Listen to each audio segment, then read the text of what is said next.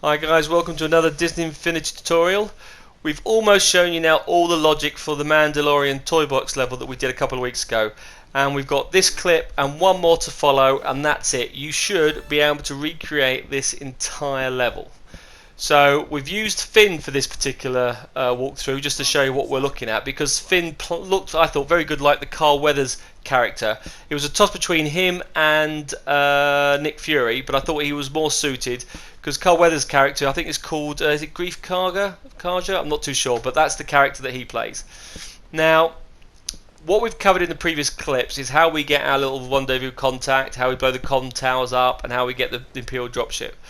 But what we're going to look in this particular section is when we meet up our guild contact, we have to go and find the Beskar iron that the Mandalorian uses for their body armor.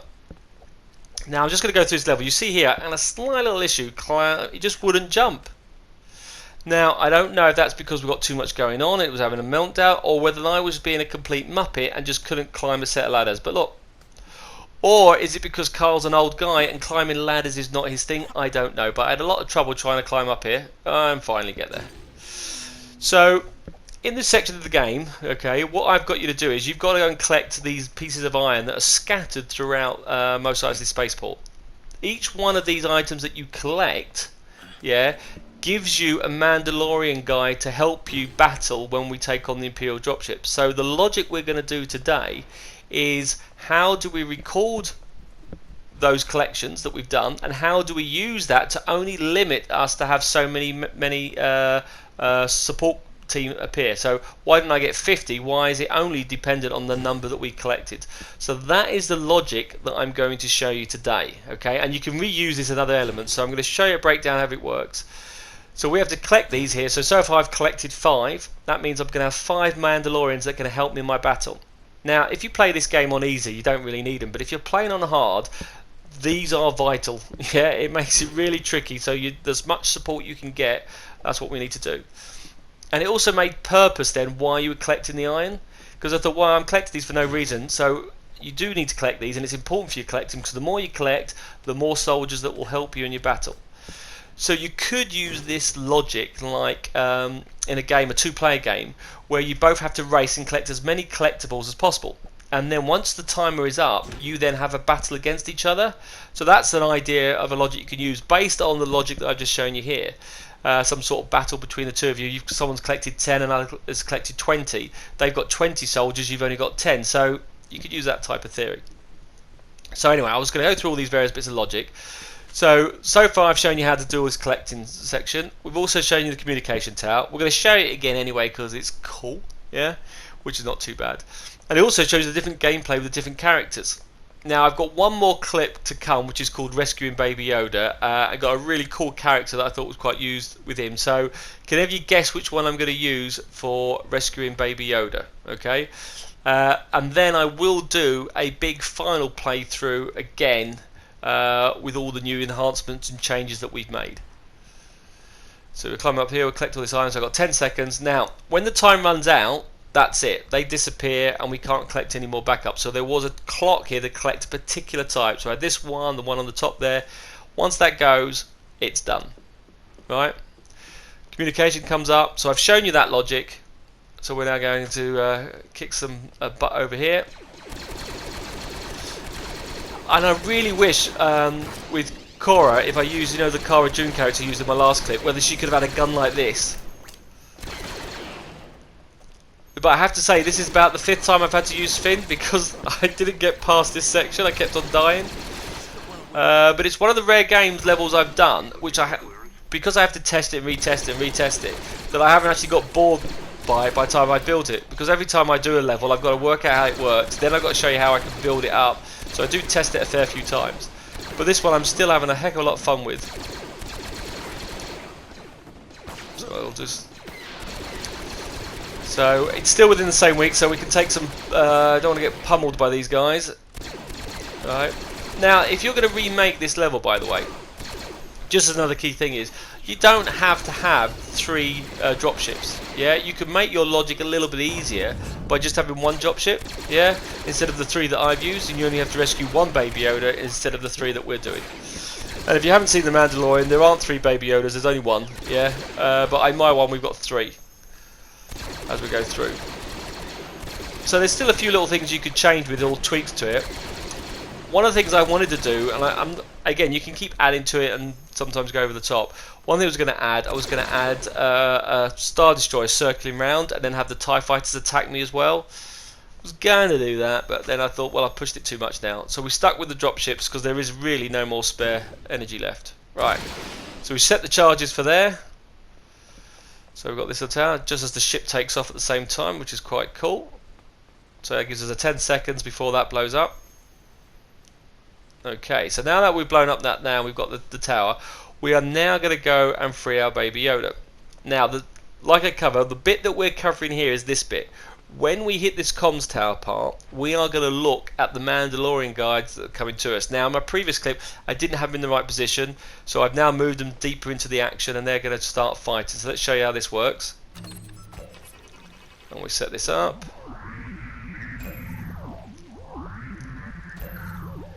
And we go on here. Perfect. So we've now got the Mandalorian set up. You'll see our Mandalorian guards appeared. Our Baby Yodas have disappeared outside the place, which is all good. Here comes the ship, and they drop down. And I'm just going to step out of the way and let my guy. And here he comes. He starts fighting. Hey, which is quite cool. Now, while we just watch the gameplay of me just having my Mandalorian help me out, one thing you need to be aware of, I've noticed, is since the lockdown, a lot more people have actually, a lot more clips of Disney Infinity I've noticed are serving, which is brilliant. And I think the reason for that is it's a great game you can play with your whole family, and you can play together without arguing as well. Because I don't know if any of you have played like Little Big Planet, or have you ever played that cooking game? Is it Overcooked? The arguments and stress that you get with playing a game on there, you tend to want to hit each other because you're always arguing and try to organise it. Where a Disney Infinity game, you can play together and complete the mission together without being killed. Oh, did you notice that, by the way? See my Mandalorian guy just go flying up and get killed, and then my another backup has reappeared, which is quite good. So there's me ranting away with different things, but I've noticed more people are returning to Disney Infinity because it is a good family game. Yeah, and a family game that you won't want to hate each other or curse or swear. Right, so we're going to look at how we get the Mandalorians to appear, how we have a limit number of people that we can shoot them up. Now again, we could have 2 Mandalorians at the same time, we could have 3 or 4 of them. And because we've kept the numbers low, only 6 of the guards, yeah, you could get away with that. Let's see, how's he doing? Is he going to get killed, our Mandalorian? He's flying away, which is quite cool. He's taking a bit of a beating now.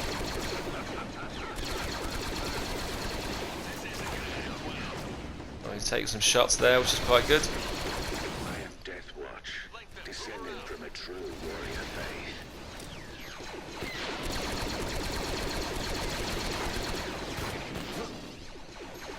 He's still in there. This one's really good. He's hanging in. And I've recorded this clip, "This is the way," because this is the phrase that all Mandalorians do, which I always quite liked. It's the way. It's the Mandalorian way, which is quite a classy thing they've done in the series. Right. Now we prepare your defences. And it's also, I quite like the fact that I'm showing you playing it with different characters. Because I thought what this is quite good is it shows you, because I've got different characters, this guy hasn't got a jetpack, so it makes it different because I've now got to climb up the steps and I can't jump up on here because he hasn't got a higher jump like a Jedi jump. So again, it changes the different, with using different characters, it changes those different links. And someone was asking me, like, why do you still play Disney Infinity? I mean, I know you can do Dreams and other programs, but the one thing I like about Disney Infinity, and I don't think people really appreciate this until those that play Disney Infinity, the character designs are awesome. The way they move, the way they fight, they are so good, and each one is unique to themselves. That's what I quite liked about it. They are so good, the movements of them. I just loved them. They're really good. So you see there, I didn't make it the first time, so now I can jump on this time. Let's set the charges. And I have to say, this level is great, so I highly recommend you trying to rebuild this. I've got to jump off out of it quickly before it blows up. Here it goes. Woo. Now that they're blown up, by the way, we've already covered this in the last clip, they don't reappear. So I'm now going to allow my... take these guys out. That's it done, sorted. Now, oh, he's still there. Take him out, Mandalorian. Sort him out, will you? Get him sorted. Thank you.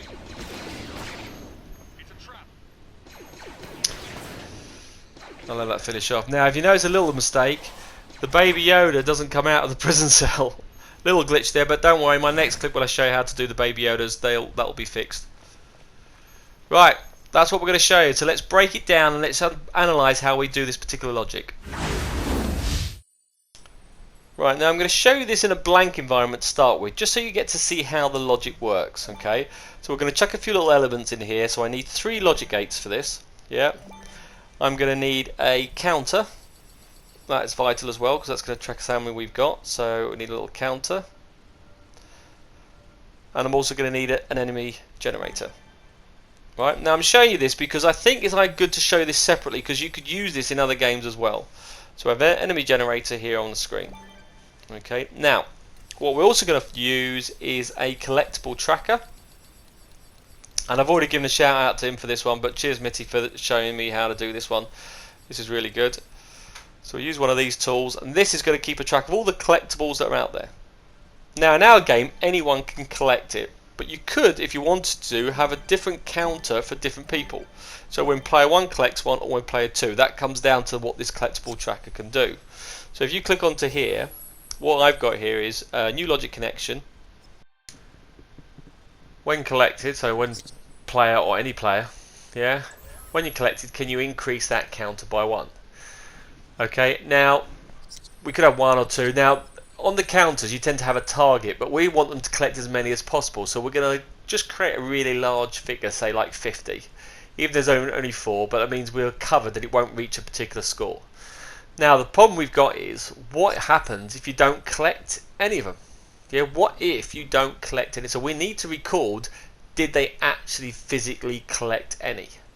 Okay, so what we're going to do here is, on that tracker collector, we'll say, right, if you don't collect any of those, then that's a starting value of 0, so you don't actually have any support troopers. So what we did here is new logic connection on this tracker, and what we're going to say is, when item is collected by player, and if it was done by player, it'd be by player 1, what I'm going to do is I'm going to close this gate. By closing that gate, that will let me know, excellent, you have now got yourself at least 1 person in there. Okay, and that lets us know that we've actually now done that, and that is perfect on that screen. So we know we've collected our 3 or 4 records, and therefore it will allow us to generate those items. So what we've got here is we've got these series of logic gates. Okay, so we're just going to do a logic down here. So new logic action on press, we're going to insert it into the middle option. So input, can you input? Okay, from there what we're going to say is, right, new logic connection on output. Okay, can you input into that particular? So on output, can you input into there? Okay, now if it's blocked, then you've got at least 1 life already selected. So therefore, new logic connection, if the input is not blocked, not output, because nothing happens, so that's wrong. What I wanted to say is, let's cancel that, go back to there and say, actually, when it's blocked, so new logic connection, when that item is blocked, we have selected one, can we have an enemy to appear? So we'll go in there, we'll just pick a particular enemy, we'll do a battle droid. Now I'll have to change the team if I want to my side, right? But that now gets us 1 item to appear. Now when we kill that enemy, what we're going to do now is going to new logic connection, right? When enemy is defeated and been killed, yeah, that's that part. So new logic connection, when enemy defeated, can we now go and take off one of those counters? So what we do is we'll do new logic connection, can you decrease that by 1? Yep. So that has taken that particular option there. So new logic connection, when enemy defeated, can we go and input into this gate? Okay, because that's now going to ask us to go and set us up another one. Okay, now that's all great. Now what we'll do is, what happens if that reaches 0? When we take that one off, there are no more people left. So what we do is, when the target reaches 0, right, can we reopen that gate? So it comes through here, it goes into this screen, and comes back out to fail. So new logic connection on output, can we input back into that gate there? And that should now test us on that screen by purely doing that particular logic on the screen. I'll do a little test run and just show you how that works. So we'll switch back to Ahsoka, and what we'll do is I've linked that middle button to this logic gate in the middle, so when I press that it's going to send a signal through. Now because we haven't collected any, no enemies appear, so nothing happens whatsoever. Okay, that's because the gate needs to be closed for the signal to get through. So what we're going to do is we're going to collect not all of them, just 2. So if I collect 2 here, here's 2 that I've done. Okay, well now we have 2 items sorted on the screen. Now when I go back and press that middle button, I will now get 2 enemies to appear on the screen. So let's press it again. So 1 enemy appears, okay, which is great. Now if I don't kill him, I've still got 2 enemies. Right, so let's kill them through. Now you'll notice the counter's gone down to 1. If I kill him, gone down to 0, there are now no more enemies. We've now got rid of that list, so your counter has gone through, and that basically is how our logic works. And that is what we're going to do now on the larger scale within our level. So loading up our level where we last left off, yeah, we've already got the logic already preset up, and this logic here is what manages the collectibles that we did in a previous clip. Okay, and that counter has kept a track of all the iron that we've collected through our particular stage. So what we're going to do is we're now going to act with that. So how do we do that particular setting? Now, because we've got 3 prison cells, we have 3 different areas when we call the Mandalorians in. So I'm going to repeat this in 3 different stages. But again, if you're just doing just the one group, again, you only have to do this once. So we're going to find a logic gate. So let's get that in our creativity toys. Okay, and obviously for each of the 3 prison cells I need 3 of these, so I'm going to click these on here, so place these down here.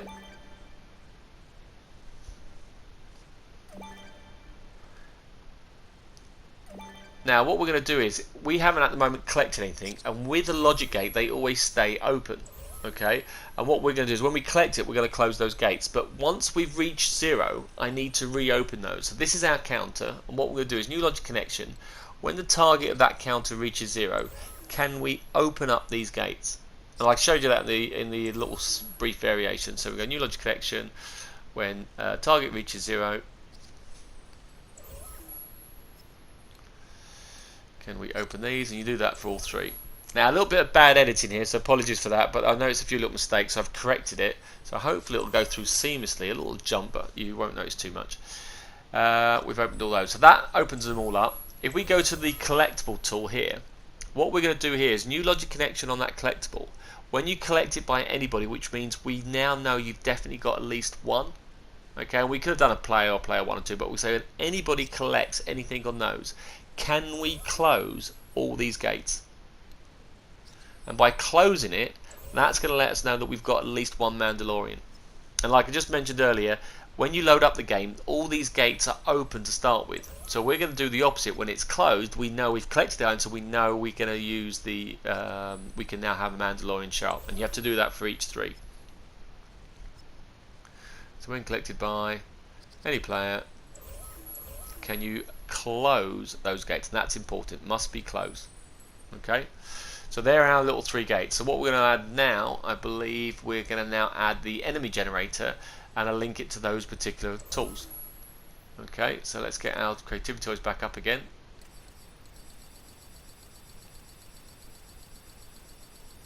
I've gone too far. So we'll have 3 enemy generators. Now sadly you can't have town people defend you, they have to be enemies, but we will then make sure these enemies are on our side of the team, which we'll discuss a bit later on. So each one of these we're going to say, right, okay, when that signal gets put through into this particular group, we are going to generate a team. Okay, so from here, when that signal is blocked, so new logic connection. Yeah, so in there we're going to say new logic connection when the input is blocked, not output, because output won't do anything. So cancel that. New logic connection when input blocked, I want you to generate an enemy here now. So you do input blocked. Can you now go and generate that enemy? So we're going to choose Twilight the Republic because that's where the Mandalorians come under, and we should have a Mandalorian down here. There we go, there's the Mandalorian. Brilliant. It only generates 1. Yeah, you could try to loop 2 if you wanted to. Yeah, and I need to do that for the other 2 as well. Okay, that generates that particular group. So we'll do it for all these. So new logic connection, when input blocked, generate Twilight of the Republic and generate a Mandalorian. Dun, dun, dun. Okay. Now in this clip that I'm showing you at the moment, yeah, it's got the original code behind. So some of the icons in the back may look slightly different. We are going to come back to the original, to the new level, what yours should look like in a moment. So there's our 3 Mandalorian options. Right, so what we're going to do now is what happens when we kill the enemy. So we've got that generating. Now I use a couple of logic gates here, and you probably could have got away with just using an additional 1 logic gate. But sometimes I get carried away, and as I pre-recorded this, looking back, I'd probably just added an additional 1, not the 2 that I needed. But we're going to do it anyway, because what you could do is from the enemy generator on defeat, you could do the -1 option, but I do this all through the logic gate. So I'm going to grab this logic gate here. What I'm going to do is I'm going to pull it to one side because this reduces my counter, okay, and I have another logic gate to actually trigger that we want another enemy to appear. So I need 3 of these, okay, and I also need another 3, and I'm going to slightly put these off because this is actually going to fire off, so that's why you'll see they go a bit of an angle. Okay, so there are my logic gates here. So now I can set the connections up correctly. So what we'll do here is that's when the signal goes through. When we defeat that enemy, we'll do new logic connection. When enemy defeated, can we input into this gate? Now this is the bit I don't think you could actually need. You could have gone straight to the counter, but I use the logic gate, so we'll stick with it. I'm the teacher, so I'm right. Okay, so that now comes back into here. What we do from this logic gate, we say, right, new logic connection from here. Can we, so new logic connection on output. Can we decrease the counter by 1? Yeah. Now, if it does get to 0, it will close the gate. And then what we'll do here is new logic connection. We'll go from there. And I think the reason why I put the extra gate is because sometimes there's a delay, and I wanted to make sure it did the counter and then close the option off. So what we'll do is on output, can we now input back into this gate? So we input into here, and that then goes back through and generates it. So new logic connection on output. Can you input in there? Okay, and that will generate it, and it'll keep looping round as long as there are enough enemies. Okay. Now we need to repeat that for the other 2 terminals. So new logic connection. When enemy is defeated, can we input into this signal? Okay, input into there. What I want to make sure the counter's done. So new logic connection. On output, can we decrease the counter by 1? Okay, and again, if it does reach a 0, it'll close the other gate. New logic connection on output. Can you input into this signal here? And then can we go far through to that option? See, made a mistake there. You see, racing ahead, wrong one. I forgot to go back to the original screen. You see, this is why I can't do a live link, and this is a pre-recorded one, and I'm still messing it up. So there's no chance you're going to get me doing a live link on this screen. Right, so that links it back onto that screen, and we're now going to do the same for the last and final one. Hopefully a little bit more quicker. Right, so we'll go back to the other screen. Okay, so that links through correctly now. I'm double checking it. Okay, so new logic connection. When enemy defeated, let's see if I can do this a little bit more smoother. Can we input into this particular gate? New logic connection on output. Can we decrease the counter by 1? Okay, go back to the other thing. New logic connection on output. Can we input into this gate? And then new logic connection on output. Can we input into this gate? And as long as that gate is closed, another enemy will now appear. So what we're going to need to do now is we're going to need to put some locators, otherwise the enemies are all going to appear on this particular setting. Yeah, so we need to make sure we've got those. Also, we're going to have to look at making sure we sort the teams out. Yeah, otherwise they are going to attack us. So let's first of all get the locators. Okay, so grab the locators and we'll position these first. Here we go. So we'll get 3 of these.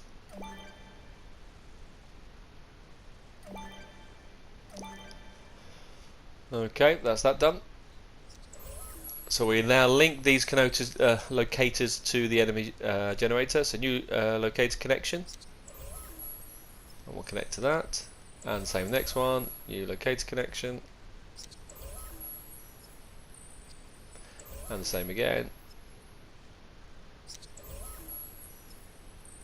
Okay, so they're now all connected to there. Now we're going to position those where we want them to appear. Now, I'm going to show you my original one, is because I messed up on the original. Because what we did with these, I positioned these too high. So I'm going to show you where I went wrong. Okay, so this is where I dragged them all the way across, and I thought, oh, it'd be great if they're up on high and they come down and support me. But up high, they just went off on their own little tangent and did their own little thing, couldn't be bothered. So actually, do not stick them high up. Put them right down, right by the prison cell. So put it very close to the terminal. So these places are all no-no areas. Yeah. So we grabbed these. I moved them all up. Yeah. I thought we'll have them. The other guys flew off. They did a fly away. It was terrible, shocking. So in this case here, we'll put them up here again. Not a good idea at all. Keep them down by the prison cell so they're with you, and they will jump straight into the battle. Now, some of you might have thought it was a genius place putting them up here because I wanted you to find the errors, because that's what I did. Yeah, I made the first one poor so that you could contribute your things to it. You see how clever that was? That's how good I was, making these mistakes so you would pinpoint how bad they were to move them in a proper location. Right, let's put these back.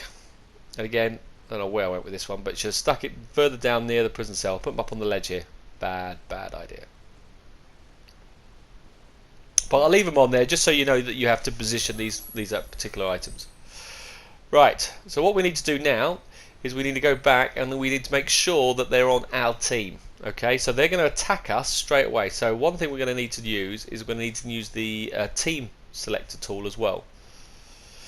And like you say, if you look at the logic I've got here, this is the old set of logic, but it still applies, and we're going to switch over very shortly to the new style, so you'll see the stuff that we changed to it. So I need the blue team, and I'm just going to drop this down into here, and we're going to set the logic up for this group. So don't worry that you don't have those friend locators there at the moment. We'll just pluck this here, right? Perfect. So let's go through each one of these, and because they're on our side, we're going to set them to the blue team. So go to properties of these and set them to blue team. Now the enemies for the Imperials we've already set the Imperials to be the orange team, so therefore they're going to fight against each other. So do all on these ones. Again, change these. Go to properties and change them to the blue team. Okay. Now in a moment we're going to go back to where you should be left off on the new setting. So let's change all this setting here. Okay, and we'll do the blue team. Perfect, there's the blue team. Everything's good.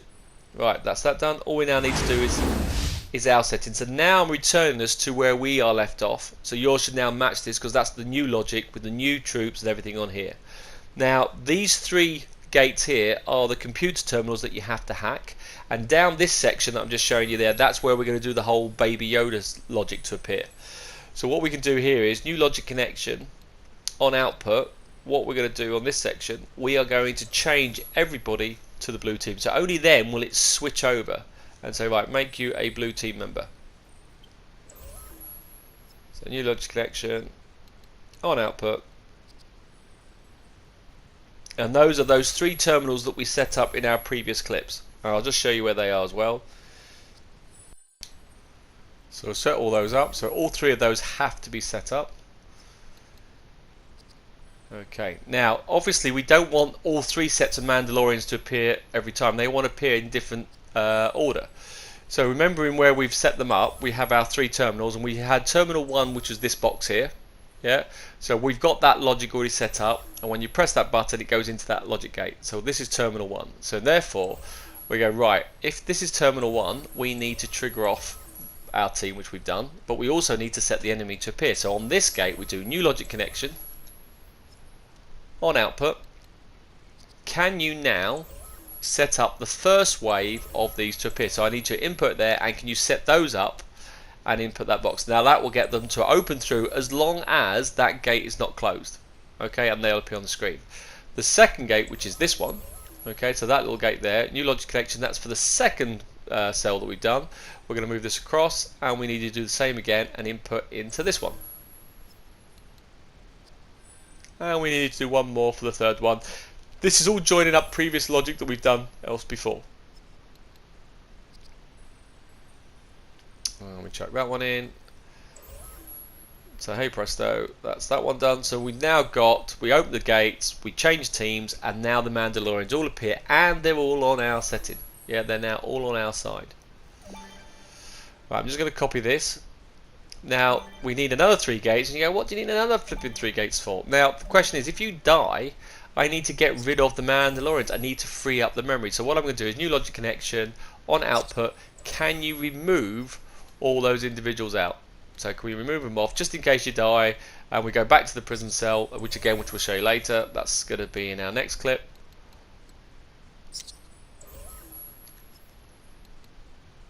We're just going to do remove all.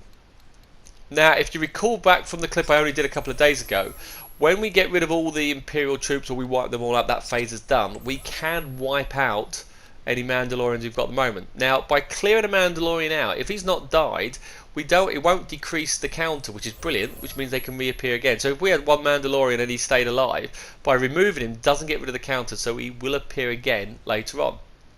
So looking at our structure, because we've structured our items up, we know this one here at the end removes all our Imperial troopers. It says that's it, that's done, can we reset? We have that already linked up on the reset.